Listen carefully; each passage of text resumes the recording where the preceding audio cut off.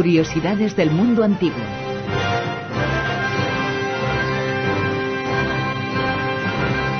Cómo no, con Ignacio Monzón. Muy buenas noches, Ignacio. Muy buenas noches, Bruno. Hoy vamos, el mundo de la economía y del comercio lo hemos tratado en diferentes ocasiones, pero conviene situarse un poco en determinados aspectos sobre los que hemos oído hablar mucho, sí, y detenernos en otros conceptos que, aunque forman parte ya de nuestro lenguaje, remontándonos en el tiempo encontramos su origen. Por ejemplo, la expresión opulencia. Sí, exacto.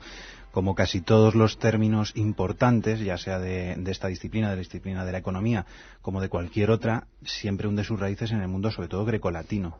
Porque de hecho es que hemos bebido directamente, no es que nos queramos hacer, digamos, los educados, ¿no?, los cultos, utilizando estas palabras tan raras, es que directamente hemos seguido usando esos mismos conceptos. Que significa bienes de prestigio, la traducción de la expresión. Porque los pueblos de la antigüedad, Grecia, Roma, pero la India, China, todos, absolutamente todos, con lo que ellos generaban y producían, no tenían suficiente para la subsistencia, que requiere de más cosas, o más elementos o más bienes de los que disponemos. Y en no pocas ocasiones son los pueblos próximos o no tan próximos los que tienen esos bienes, e incluso los que los tienen en abundancia. Sí. Y por lo tanto, a partir de ahí comienza, por cuestión lógica, ¿no?, el comercio. Claro, siempre se habla de la riqueza de la India, pero yo siempre llamo la atención sobre lo mismo. ¿Por qué comercia la India? Cualquier pueblo que comercia no comercia simplemente por deporte. Comercia porque necesita bienes básicos, bienes de subsistencia. Pero cuanto más crece una civilización, en muchos sentidos más frágil se vuelve. Y necesita muchísimos más elementos. No solo elementos de subsistencia, comida, sino que necesita elementos como la seda, metales, cosas que en principio no necesita para subsistir. No necesita la gente para comer, para vivir el día a día, pero sí para establecer toda esa serie de escalafones sociales y toda esa cosmogonía que intenta representar cualquier tipo de civilización. De este modo, los comerciantes de antaño, en un mundo en el que no había ningún medio de comunicación, ellos eran el medio de comunicación. Sí.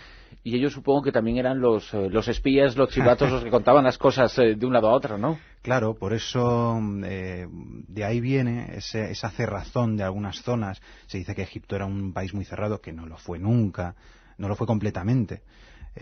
China llegó a cerrar sus fronteras en más de una ocasión, porque que lleguen comerciantes no solo significa llegar nuevos productos que desbanquen tus mercados, tus mercancías.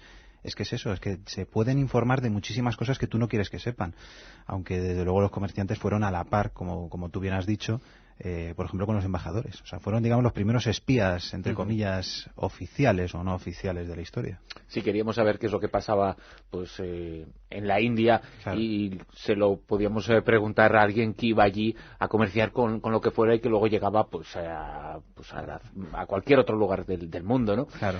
El mundo greco-romano, que ahora mencionabas, tenía la sensación de que Mesopotamia era extraordinariamente rica y que tenía de todo, pero tampoco era cierto, ¿no?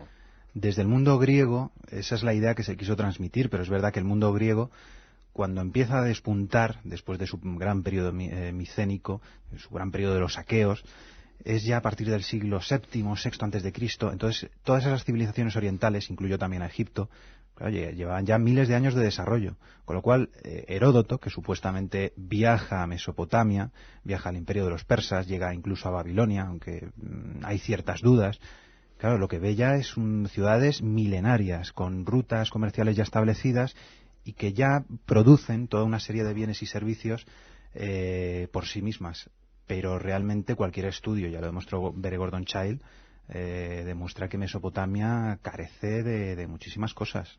Fíjate que en los tiempos actuales los territorios que están ubicados, en los países que están ubicados sobre la antigua Mesopotamia, tienen riquezas naturales y minerales extraordinarias, ¿no? Claro.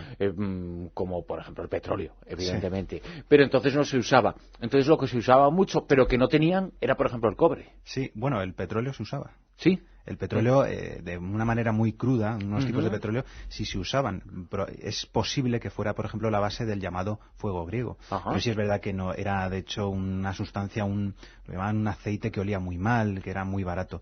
El cobre, desde luego, era el petróleo de la época. Exacto. Es decir, era el material que, por ejemplo, en Mesopotamia, pues prácticamente no había. Egipto sí tenía cierta riqueza en cobre. Entonces no tuvo que buscarlo por muchos lugares. Pero Mesopotamia, por ejemplo, tuvo que buscarlo al norte, al sur, al este y al oeste. Y al oeste lo encontró en la isla de Chipre, que deriva su nombre precisamente de ese nombre. Es decir, es la isla del cobre.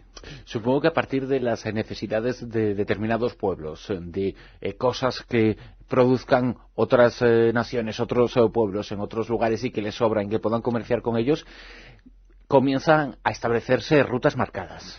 Sí, porque cuando la necesidad es grande, bien por las clases altas o bien por cuestiones militares, el cobre, por ejemplo, después el bronce, se establecen ya unas rutas que, aunque comercien con un solo material en principio, el cobre, el estaño, el material que sea, comienzan a llenarse de toda una serie de servicios. Si hay una ruta, se pueden crear posadas, y hay gente que vive de esas posadas donde descansan los comerciantes. Se pueden comerciar de punto a punto, pues con alimentos, con vestimentas.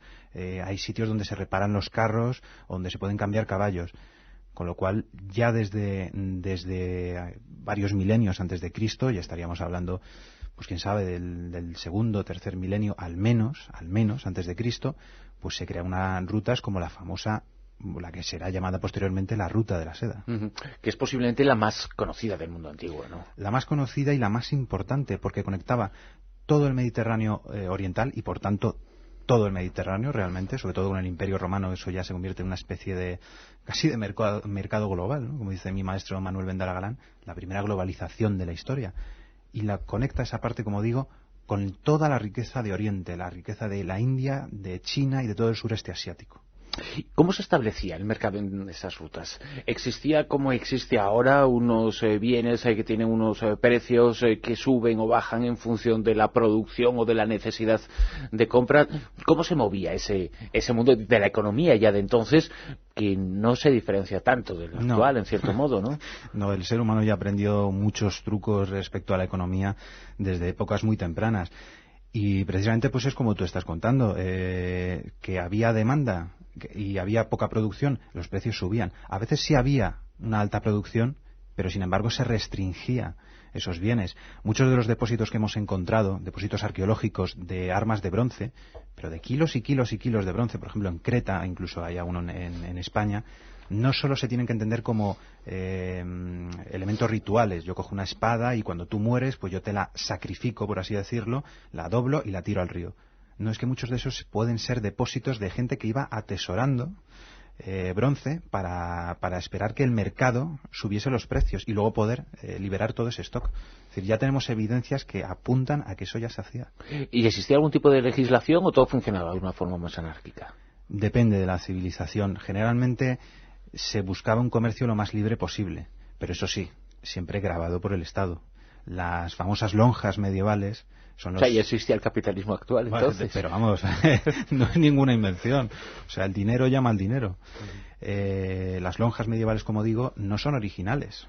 Es que las basílicas romanas, que es donde se realizaban los juicios y todos los asuntos legales, también eran donde se realizaban todas las transacciones comerciales, en presencia de alguien oficial, ¿no? De alguien que representaba el Estado, digamos, te lo sellaban y así tu transacción era legal y podías reclamar, pero el Estado se quedaba con una parte del comercio. O sea, eso se ha hecho desde siempre porque es una fuente de riqueza para cualquier reino impresionante. Otra de las rutas importantes, aunque no era un bien primario, pero por su uso y por la necesidad que algunos sentían de disponerlo como elemento ornamental, bueno, pues se extendió el mercado del ámbar. Sí, algo que nosotros hemos recuperado gracias a Parque Jurásico, a esa película donde sí. se usaban esas grandes piedras de ámbar con insectos dentro. Pues es que eso ya era muy conocido en la antigüedad y muy apreciado para objetos ornamentales. Una gran fuente de toda esa riqueza en ámbar estaba en el Mar del Norte. Y documentamos perfectamente toda una serie de rutas desde al menos el segundo milenio antes de Cristo que iban desde el Mar del Norte hasta la zona del Egeo y de ahí se iban a la zona de Asia y a Egipto. Plinio el Viejo, por ejemplo, en su Enciclopedia Natural nos cuenta cómo en época de Roma se llegó a potenciar ese comercio. O sea, había incluso vías, las famosas vías romanas, para llevar ese material hasta Aquileia, al puerto de Aquileia, y de ahí se redistribuía. Es decir, que gracias a ese mercado, a esa forma de comercio y a esas rutas, bueno, pues se desarrollaron muchas cosas. Claro. Al margen del negocio y de la economía en sí, como podían ser, pues eso, las rutas, entre comillas, asfaltadas. Sí. Y la posibilidad de ir de un lugar a otro, porque supongo que a partir de entonces no solamente esas rutas se utilizaban para el negocio, sino que se utilizaban para el desplazamiento de lo que fuera. En principio las vías romanas es que tienen la función militar y segunda es administración. Digamos, se suele hablar del comercio como una tercera. Pero claro, todo eso se hermana, por así decirlo, y eso ha pasado en todas las épocas de la historia. En cuanto un punto se convierte en importante, ese punto empieza a crecer, pero todos los que están cerca, en esa línea recta o línea curva, o ese comercio, esa línea comercial, empiezan a desarrollarse de una manera patente. Casi todos los enclaves que se van fundando en el Mediterráneo, ya desde la colonización fenicia o griega, Cartago, Siracusa, Cartago Nova, están puestos en puntos importantes comerciales. Cartago, por ejemplo, cierra el Mediterráneo central, Siracusa igual, Mesina cierra completamente el estrecho que separa Italia de Sicilia. Es decir, todo tiene una intencionalidad. Y en España, en la península ibérica, fue muy importante la Vía de la Plata, que es algo que se ha intentado recuperar desde hace bastantes años, porque no solo fue una vía donde se comerciaba con plata, sino que se comerciaba con muchas cosas.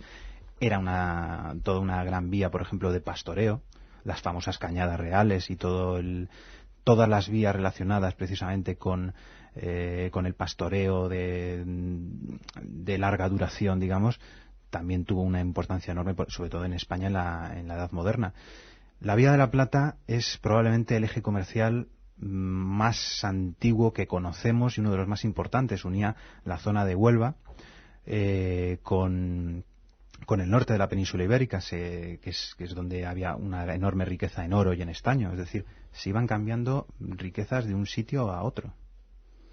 La Vía de la Plata en la península ibérica como uno de los ejemplos que podemos poner de lo que hemos hablado a nivel prácticamente euroasiático, que era el mundo entonces acababa y empezaba ahí, aunque no quiere decir que no ocurrieran cosas en otros lugares, pero parece que estaban aislados de ese mundo. No había tantas noticias, digamos, pero precisamente Mérida Augusta se coloca ahí en ese punto, en la ruta de la Vía de la Plata, es decir. Y no por casualidad, evidentemente. Claro, no.